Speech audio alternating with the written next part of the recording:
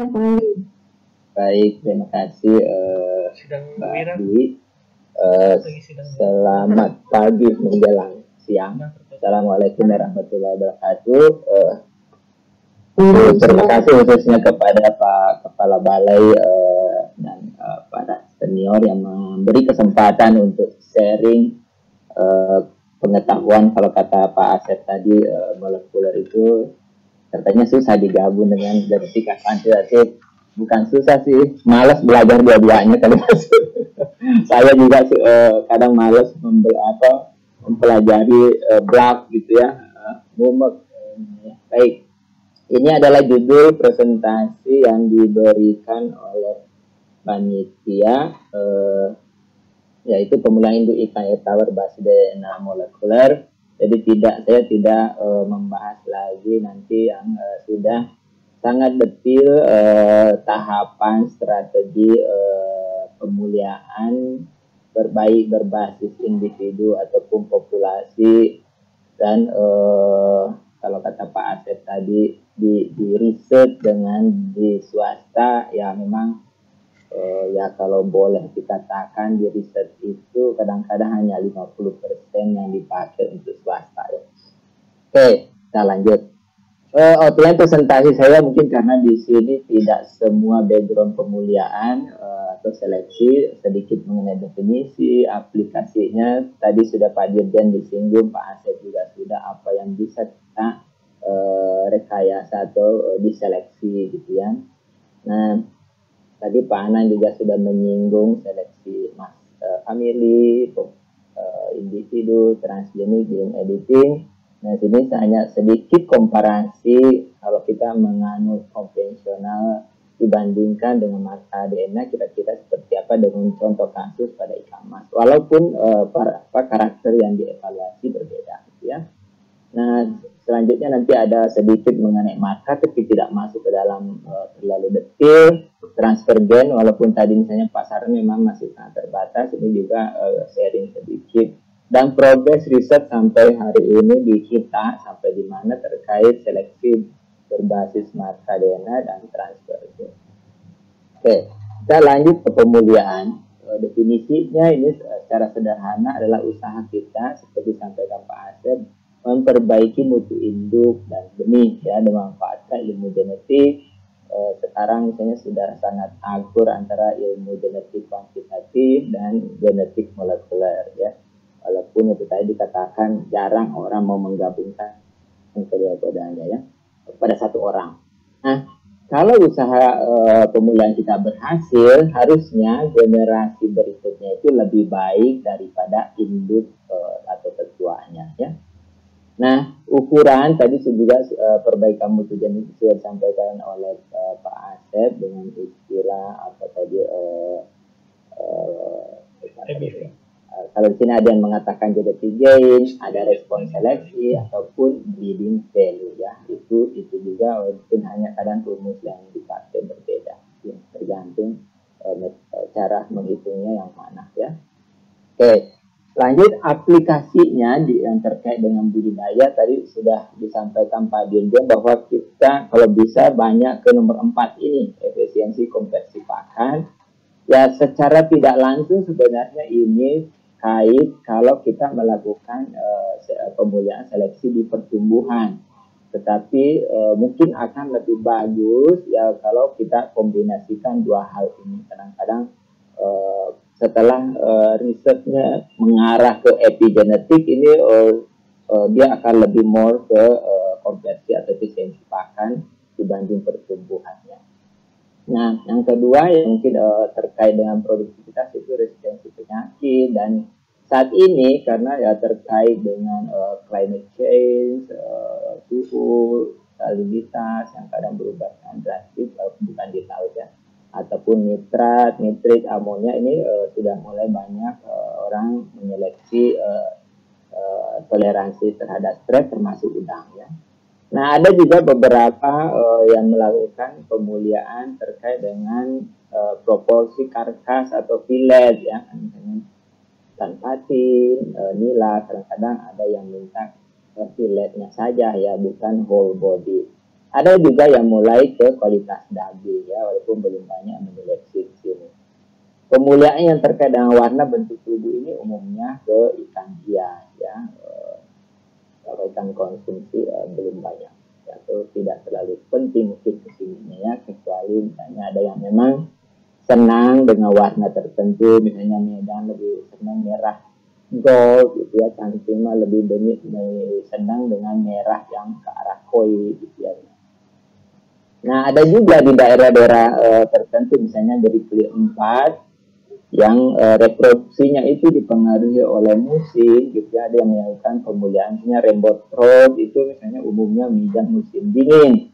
Ada yang sudah berhasil menghasilkan varietas rainbow bisa memijah pada musim panas, gitu ya. Ada yang menyeleksi seperti itu ya.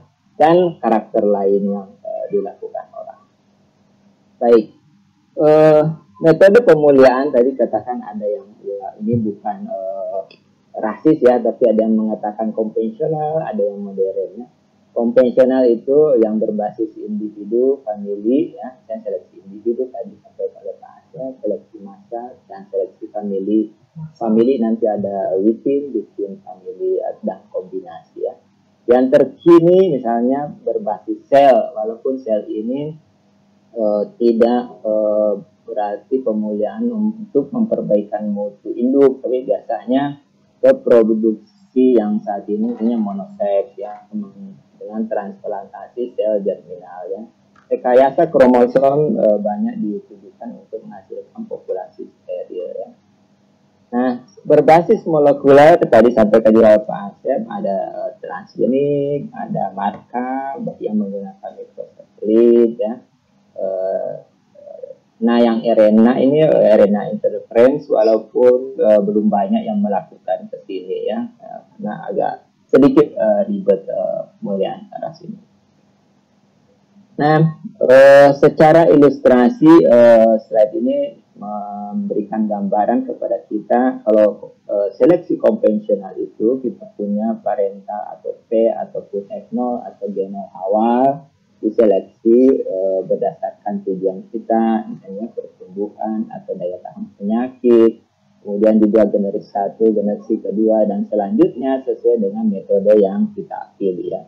Sementara seleksi berbasis marka molekuler, biasanya kita sudah tahu gen apa yang terkait dengan karakter atau trait yang akan kita seleksi ya.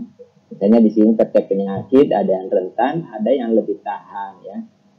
Misal yang tahan itu gennya merah, yang rentan kuning, maka kita pilih induk-induk yang membawa gen merah ya. Demikian G1, G2 dan seterusnya ya. Sederhananya seperti itu. Nah, ini komparasi seleksi konvensional yang sudah dilakukan orang dibandingkan dengan seleksi berbasis marka.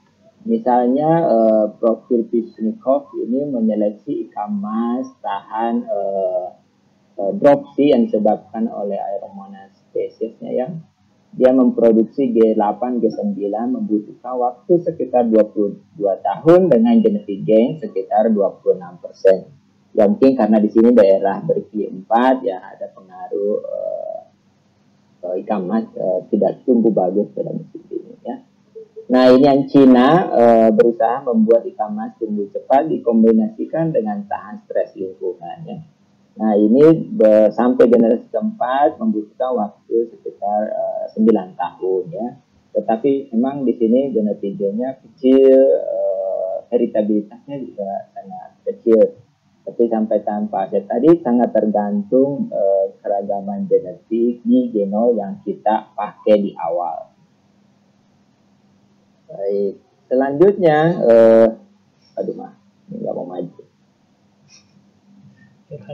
Kenapa nggak mau maju? Bentar ya.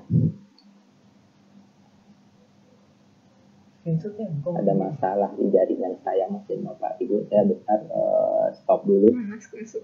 Baik, kita silakan Bapak. Ya, ya. Saya infokan kembali kepada para ini tadi di Cina ya misalnya membutuhkan 9 tahun untuk menghasilkan G4, tetapi genetik gennya relatif rendah kalau digabung dua parameter ya. Nah, ini contoh yang kita lakukan di Indonesia, seleksi berbasis marka, membuat ikan mas tahan KHP bekerja sama dengan Sukabumi ya. Nah, untuk menghasilkan ikan mas, kebetulan yang ini adalah Majalaya ya, tahan KHP dan Aeromonas itu butuh sekitar 5 tahun. Ini dulu bersama Pak Mas proses dimulai tahun 2010 mendesain primer spesifik yang bisa membedakan kira-kira kandidat ikan mas tahan KHP dan Aeromonas dibandingkan yang tidak ada markanya ya, berdasarkan publikasi Pak Rakus di disertasinya ya. Nah, ini juga sudah diadop untuk varietas Raja Danu di Sukamandi dan Marwana di Wangiasayan dan juga ikan mas di Jambi.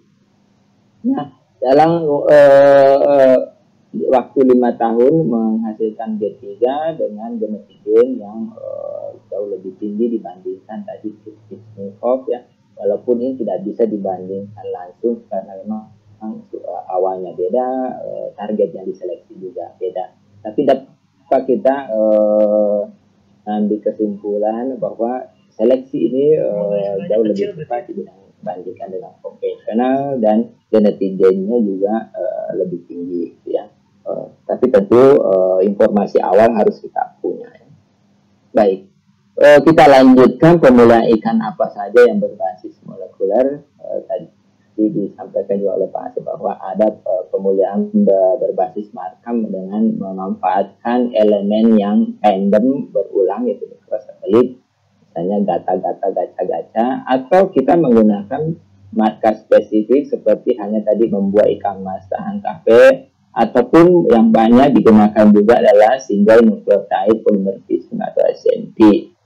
Yang lainnya adalah transfer gen, tadi sudah disampaikan juga oleh Pak Asep bahwa ini pasarnya masih sangat terbatas, yang sudah mengikrarkan diri bahwa ikan transgenik itu aman pangan dan lingkungan adalah 3 negara, yaitu Amerika, Kanada, Kuba, dan Cina. Cina untuk ikan emasnya, Kuba untuk ikan nilainya, transfer ikan salmon untuk Amerika dan Kanada. Walaupun Amerika belum memasarkan ya Kanada, tapi harus dilabel sesuai dengan permintaan konsumennya. Nah, yang lain adalah RNA interference, RNAi, tadi gen atau genome editing, tidak akan dibahas di jeda 4 ini pada kesempatan ini ya. Kita lanjut pemulihan berbasis marka DNA ini adalah berdasarkan keragaman genetik atau gen tertentu yang terkait dengan sifat unggul yang akan kita seleksi, apakah itu pertumbuhan, tahan penyakit, ataupun terkait dengan parameter lain yang bisa saja dikombinasikan dengan parameter 2 atau 3 parameter kalau memang gennya itu terkait. Nah, marka yang kita peroleh di generasi awal itu diperiksa di generasi berikutnya, termasuk pewarisannya dan konsistensi kaitannya dengan karakter yang dipilih. Nah, alurnya kira-kira seperti ini, bahwa pertama kita harus mengidentifikasi dan memetakan gen yang terkait dengan sifat unggul ya. Pada slide ini kita contohkan terkait dengan penyakit. Yang merah itu tahan, kuning itu yang normal atau rentan ya. Nah, setelah kita peroleh kandidat ya, apakah itu diperoleh dari sequencing, transkriptomik ataupun genome sequencing, harus dianalisis korelasinya lagi ke populasi yang lebih besar biasanya ya. Nah, jadi harus screening populasi awal, mana yang ikan-ikan yang membawa gen merah, mana yang semuanya kuning ya. Kemudian diuji progeny dengan mengawinkan induk-induk yang membawa marka dengan memperhitungkan tadi apa yang disampaikan oleh Pak Asep, family size ataupun effective breeding number NE gitu ya. Nah, anak yang dihasilkan dari induk ini kemudian diuji lapangan ya untuk konfirmasi lebih lanjut. Nah, ini contoh yang seleksi berbasis marker pada ikan nila yang dilakukan oleh Prof. Liu et al. 2014 menggunakan growth hormone reseptor 2 ya.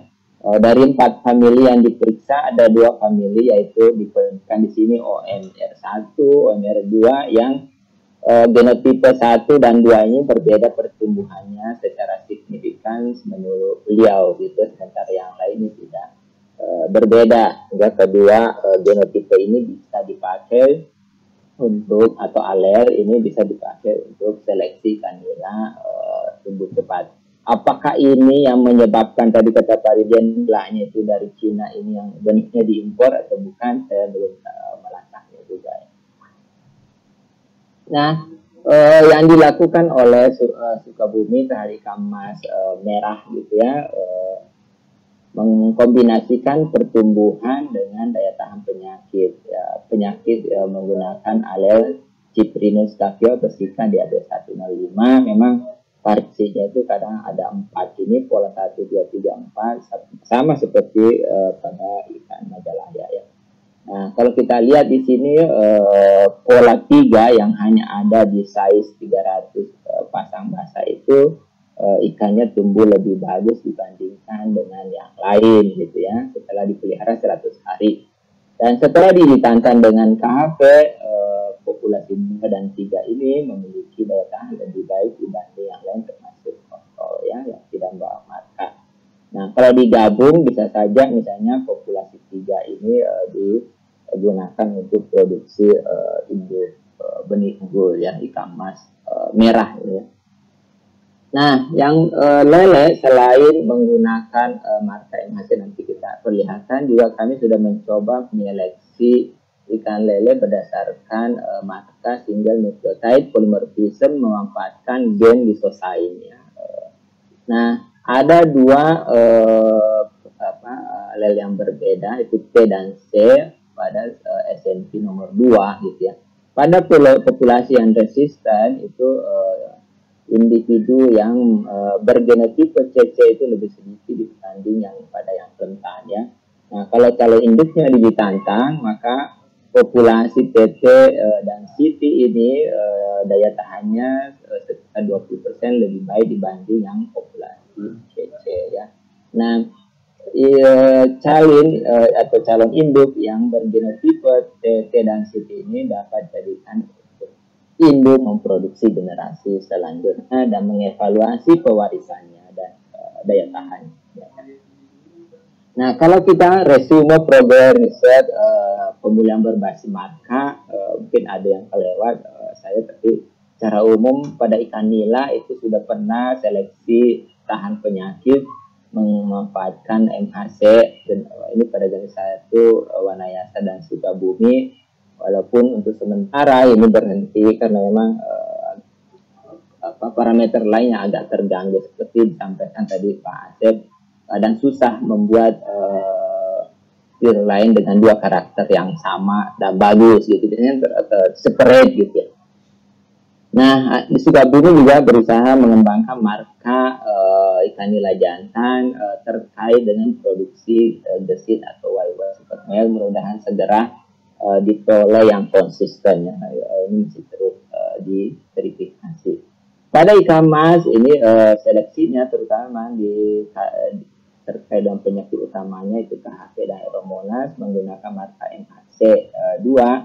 Ada yang diproduksi di Sukabumi yang sudah dirilis, itu Majalaya tahan penyakit, Raja Danu oleh Sukamandi, Marwana oleh Balai Wanayasa ya.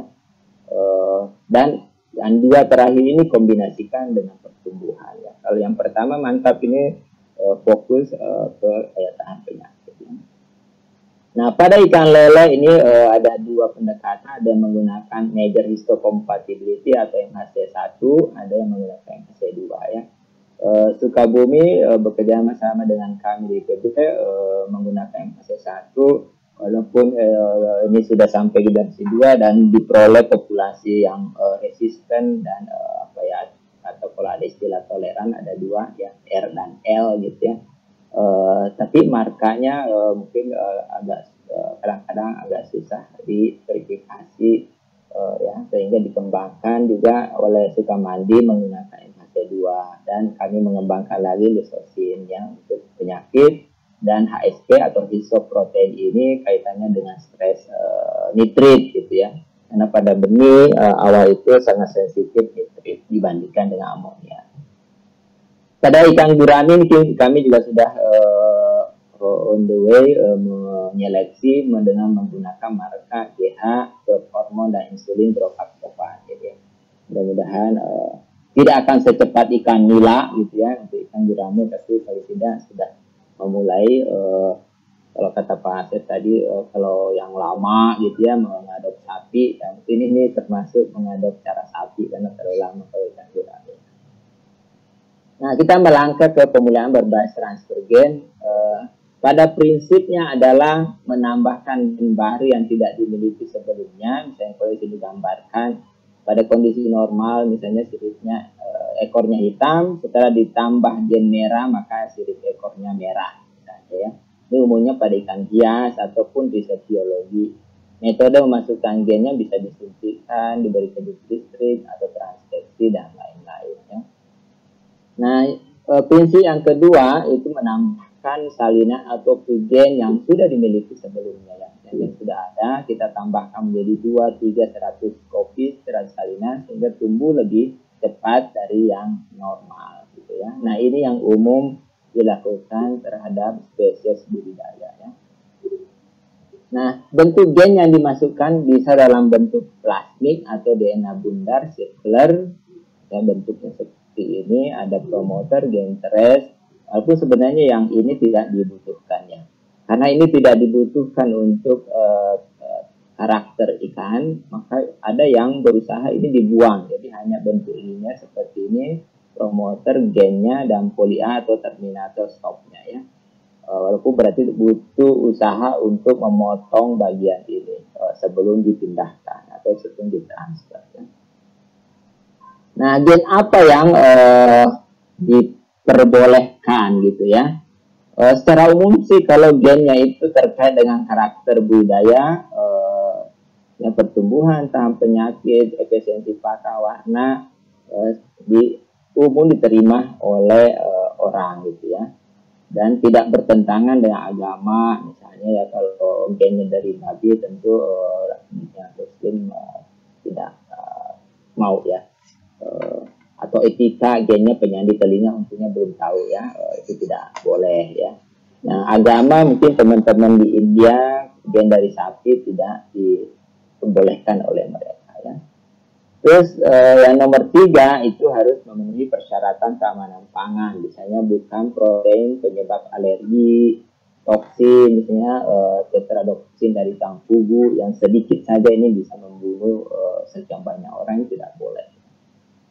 Atau gennya itu menyebabkan ikan mati, walaupun ini belum banyak diteliti, masih terbatas pada ikan sedra. Misalnya gen tiaminase ini penting untuk metabolisme asam amino, tapi kalau dibuat banyak maka ikannya pada fase larva, embrio dia rentan gitu, gampang mati gitu ya. Nah, ini tentu baik secara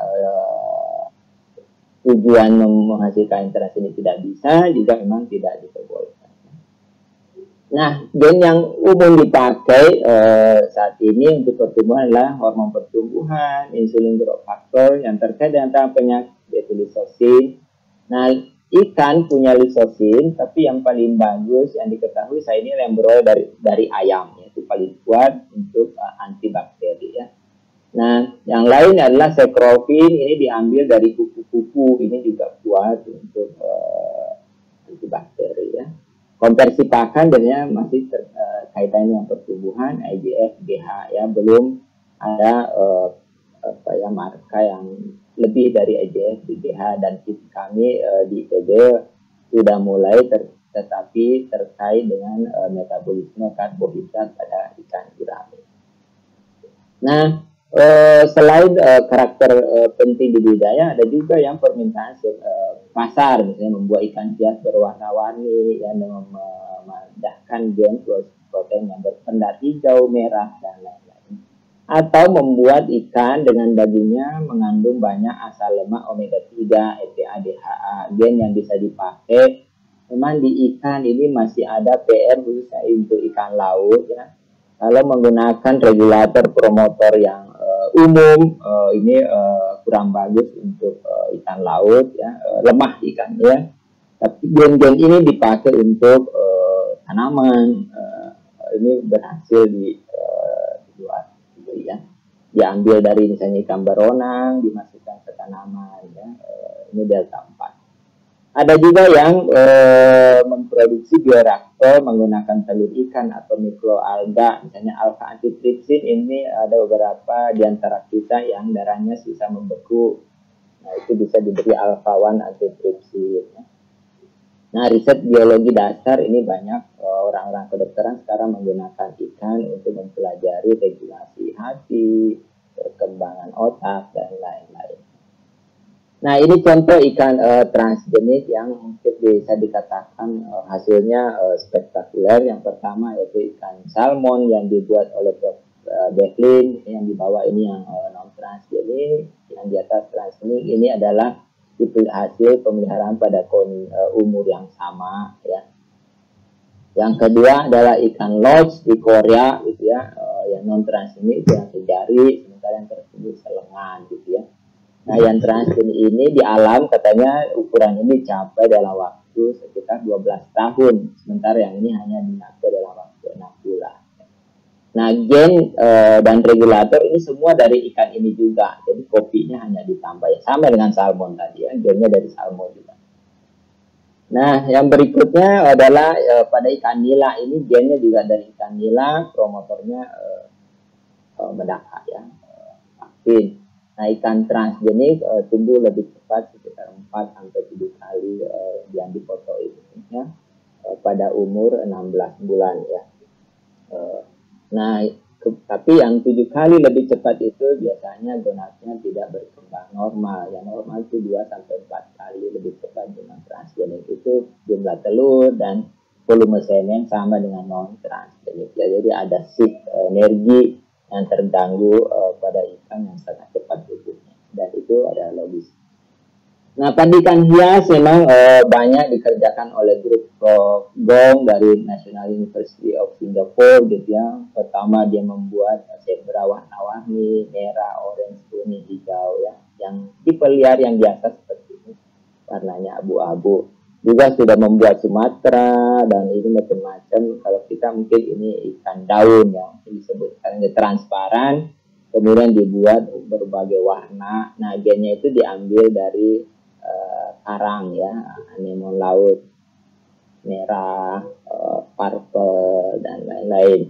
Ada yang orange itu dari merah diubah sedikit asam amino menjadi orange gitu ya. Biru itu ada yang diubah dari green, ada memang yang biru ya, penyandi persen biru. Nah, bagaimana di kita yang sudah dikerjakan, salah satunya adalah ikan mas ya, dengan transfer gen hormon pertumbuhan. Kalau pertumbuhan pada pemeliharaan terbatas ini di akuarium ya, pada umur 60 hari ini di akuarium sudah terhambat, tapi ini sangat signifikan lebih cepat ikan transgenik kebetulan di Majalaya. Nah, kalau dipelihara bareng-bareng di hapa itu maka ikan transgeniknya sebesar ini, yang non transgeniknya yang di bawahnya kecil. Karena memang ini agak lebih lincah mengambil makanan dibandingkan non transgenik. Tapi kalau dipelihara terpisah tidak sedrastis seperti ini. Nah, selain pertumbuhannya bagus, ini juga konversi pakan sangat jauh berbeda. Ini tinggi karena di dalam akuarium sangat terkontrol ya. Survivalnya juga lebih bagus yang transgenik ini karena waktu riset memang ada yang kena penyakit benih. Ini lebih tahan. Nah, kandungan proteinnya juga lebih tinggi dibandingkan non transgenik. Jadi resikonya jadi survival, kelangsungan hidup, pertumbuhan, protein tubuh, konversi pakan, loading amonia. Ada juga yang sudah mengukur sodium fosfat ya, P ini lebih rendah dibanding non transgenik, sehingga katanya ikan transgenik GH itu lebih ramah lingkungan dibanding yang non ya. Nah, bagaimana dengan pengujian keamanan pangan ini walaupun belum terlalu detail sesuai dengan panduan di BPOM, tapi kita sudah mulai menguji pada mencit ya. Misalnya ikan trans ini jadikan tepung, kemudian campurkan ke pakan tikus ya. Ada yang tidak dicampur, yang mengkontrol. Nah, baik yang berbasis tepung ikan trans ini maupun yang non trans ini sama gitu ya. Tapi memang lebih tinggi dibanding yang tanpa ditambahkan tepung ikan. Memang tepung ikan proteinnya tinggi, ini memacu pertumbuhannya, tapi tidak berbeda antara non transgenik dan transgenik. Nah, histopatologi ginjal, hati, brain ini tidak berubah, gitu ya. Yang menggunakan dosis tinggi 450 gram per kilo ataupun yang sedikit sama saja. Ditunjukkan juga di uji fungsi hati, SGOT, SGPT tidak berbeda antara non transgenik dan transgenik. Fungsi ginjal juga tidak berbeda ya, jadi, tidak ada yang berubah, sehingga dapat dikatakan atau ikan transgenik itu tidak menyebabkan toksis atau mengubah fungsi fisiologis pada parameter yang kami uji ini. Nah, resume progres ikan transgenik di kita ya, ada beberapa spesies yang sudah ikan mas ya dikerjakan di Sukabumi, ikannya masih ada dan tertutup, tidak dipelihara bebas ya. Yang kedua ada yang dulu dibuat ikan mas tahan KHV bersamaan dengan seleksi marka ya, tapi setelah seleksi marka berhasil ini disimpan saja genetik atau ikannya ada ya. Juga ini di fasilitas tertutup, tidak dipelihara bebas. Pada ikan lele ini dibuat oleh Unpad Pak Ibnu, ini sudah generasi kedua, dan kita di IPB selain pertumbuhan ini dibuat ikan lele yang mungkin akan menghasilkan asal lemak tinggi yang menggunakan gen delta 6 desaturase. Ini masih generasi satu. Nah, teman-teman di Balai Ikan Hias Depok mencoba menghasilkan ikan cupang besar, karena memang ikan giant itu diimpor dari Thailand walaupun bukan hasil transgenik, itu hasil duplikasi. Nah, ini sudah generasi kedua, sangat signifikan pertumbuhannya walaupun memang karena varietas yang dipakai adalah yang ada di kita, tumbuhnya belum bisa menyamai mungkin yang giant itu ya. Udang windu juga sudah dimulai oleh Balai Maros. Ini gennya dari udang windu juga ya, Penaeus modo antiviral ya. Tapi tertahan di generasi satu karena waktu itu ada belum reproduksinya belum selesai ya. Dan mungkin akan tidak melanjutkan. Ini akan mengarah ke genome editing karena jauh lebih mudah mengerjakannya dibanding yang transgenik. Dalam praktisnya, teorisnya agak susah, tapi praktisnya karena sudah diketahui genomnya dan apa yang menyebabkan udang windu tahan di SSP, apa yang tidak tahan itu sudah diketahui ya, di windu. Jadi mungkin akan mengarah ke genome editing. Nah, rumput laut ini gen yang dipakai itu yang bisa menyebabkan tahan ais, baik itu disebabkan oleh bakteri maupun stres lingkungan gitu ya. SOD ini terkait dengan stres, juga ada terkait dengan penyakit. Ini Umi Makassar disertasinya. Lisosin ini lebih banyak ke antibakteri. Glikoprotein alfa ini lebih tahan, terkait dengan tahan stres, dikerjakan oleh cyanobiotrop. Ya. Saya kira itu yang bisa disampaikan pada kesempatan ini, Mbak Di. Terima kasih.